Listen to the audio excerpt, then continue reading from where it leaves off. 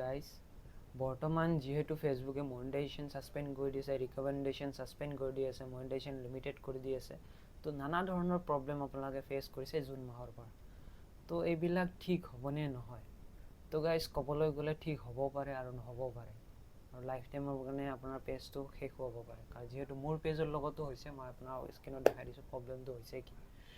তো বৰ্তমান ঠিক হ'ব পাৰে আৰু নহ'ব পাৰে। আৰু বৰ্তমান যিহেতু ফেচবুকে সকলো কাম এআইৰে কাম কৰি আছে, চব এআইৰে মানে কামবিলাক কৰি আছে তেখেতসকলে। যিবিলাক আগতে হিউমেন ভেৰিফাই কৰিছিলে, হিউমেনে সকলো বস্তু চেক কৰিছিলে, তো 10,000 কৰ্মচাৰী ফেচবুকে উলিয়াই দিছে যোৱা মাহত, মে' মাহত 10,000 কৰ্মচাৰী উলিয়াই দিছে ফেচবুকে।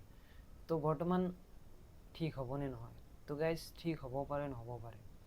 আৰু ঠিক কেনেকৈ হ'ব? যিহেতু আপোনালোকে যদি মেইন প্ৰব্লেমটো হৈছে আপোনালোকে যিহেতু এআই ডিটেক্ট কৰি আছে, তো হেছটেগ একেবাৰে নলগাব পেজত। যদি আপোনালোকে হেছটেগ লগোৱা ষ্টাৰ্ট কৰিছে তেনেহ'লে ডিটেক্ট কৰিব আৰু মনিটাইজেশ্যন ছাছপেণ্ড হৈ যাব। মাত্ৰ এটা ভুলৰ কাৰণে আপোনাৰ আৰু প্ৰত্যেকটা কণ্টেণ্টৰ যিটো টাইটেল থাকে, টাইটেলটো বেলেগ হ'ব লাগিব। যদি টাইটেল ছেম থাকে, অৰিজিনেল কণ্টেণ্ট হোৱাৰ পিছতো মানুহৰ মানে ছাছপেণ্ড হৈ আছে। যেনেকৈ মই অৰিজিনেলি কণ্টেণ্ট আপলোড কৰোঁ, আমাইদা থাকে, মই থাকোঁ, নিশান থাকে, তো আমাৰ অৰিজিনেল কণ্টেণ্ট হয়, যিহেতু ভিডিঅ'ত অৰিজিনেলিটি থাকে। মই ৰিচেণ্টলি গেমৰ ভিডিঅ' আপলোড কৰিছোঁ, তাৰ বাবে মোৰ চাগে পেজটো গৈছে। তো মোৰ লাগে আৰু মোৰ ৰিজনটো, মোৰ ক'ত প্ৰব্লেম হৈছে। মই ৰিচেণ্টলি গেমৰ ভিডিঅ' আপলোড কৰি আছিলোঁ, সকলোৱে গম পায়, গেম প্লে'ৰ ভিডিঅ'। তো তাতে চাগে এআই ডিটেক্ট কৰি মোৰ পেজটো লৈ গৈছে। তো মই সেইকাৰণে ঠিক কৰিবৰ কাৰণে মই এতিয়া নিজেই ভিডিঅ' বনাই আপলোড কৰি আছোঁ। তো অনলি ভিডিঅ' নহয়, ভিডিঅ' বনালেই নহ'ব, যিহেতু অৰিজিনেল কণ্টেণ্ট ক্ৰিয়েটৰবিলাকৰো পেজ যাই আছে বৰ্তমান, মানে ডিমনিটাইজ কৰি দি আছে। তো আপোনালোকে ফাৰ্ষ্টতে কি কৰিব? তো যেতিয়া ফটো বা ভিডিঅ' বা কণ্টেণ্ট আপলোড কৰিব, তেনেহ'লে প্ৰত্যেকটা টাইটেল বেলেগ হ'ব লাগিব আপোনাৰ।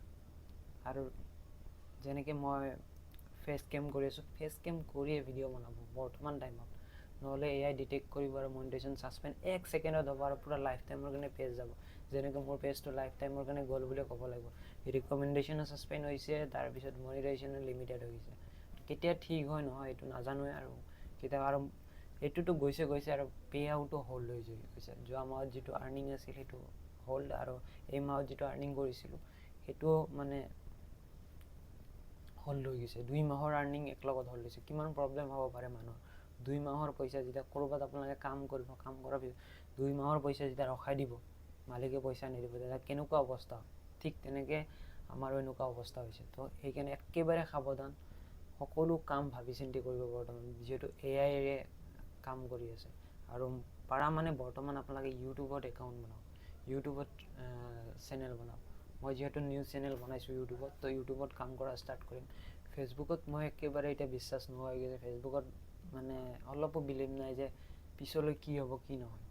তো সেইকাৰণে মেইনলি আপোনালোকে এতিয়া ধৈৰ্য ধৰক, কণ্টেণ্ট কমকৈ আপলোড কৰক, একদম লেছ কণ্টেণ্ট আপলোড কৰক। আৰু ৰাতিটো কণ্টেণ্ট আপলোড নকৰিব। ৰাতিয়ে মেইন প্ৰব্লেমবিলাক হৈ আছে, মানে ৰাতি 8টাৰ পিছত যিসকলে কণ্টেণ্ট আপলোড কৰে তেখেতসকলৰহে মই দেখা পাইছোঁ বেছিভাগ মানে কমেণ্ট যেতিয়া আহে বা বেছিভাগ প্ৰব্লেম মই দেখা পাইছোঁ যে ইউটিউবত হওক বা ফেচবুকত হওক, ৰাতি হৈছে চবৰে প্ৰব্লেম, আৰু ৰাতিপুৱাৰ টাইমত।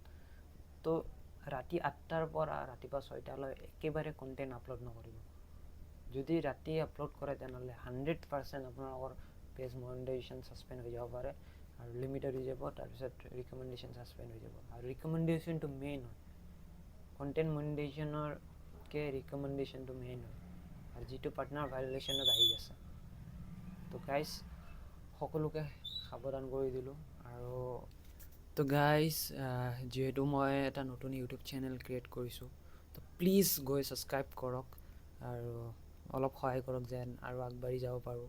যিহেতু ইমান কষ্ট কৰি ফেচবুকত আহিছিলোঁ, তো দেখা পাইছে ফেচবুকত এনেকুৱা ধৰণৰ প্ৰব্লেম দেখাবলৈ পোৱা গৈছে। আৰু যিটো মোৰ ইউটিউব চেনেল আছিল তাতো কিছুদিন আগত মোৰ প্ৰব্লেম অলপ হৈছে। তো সেইকাৰণে ইউটিউব চেনেলটোতো মই কাম কৰি লাভ নাই।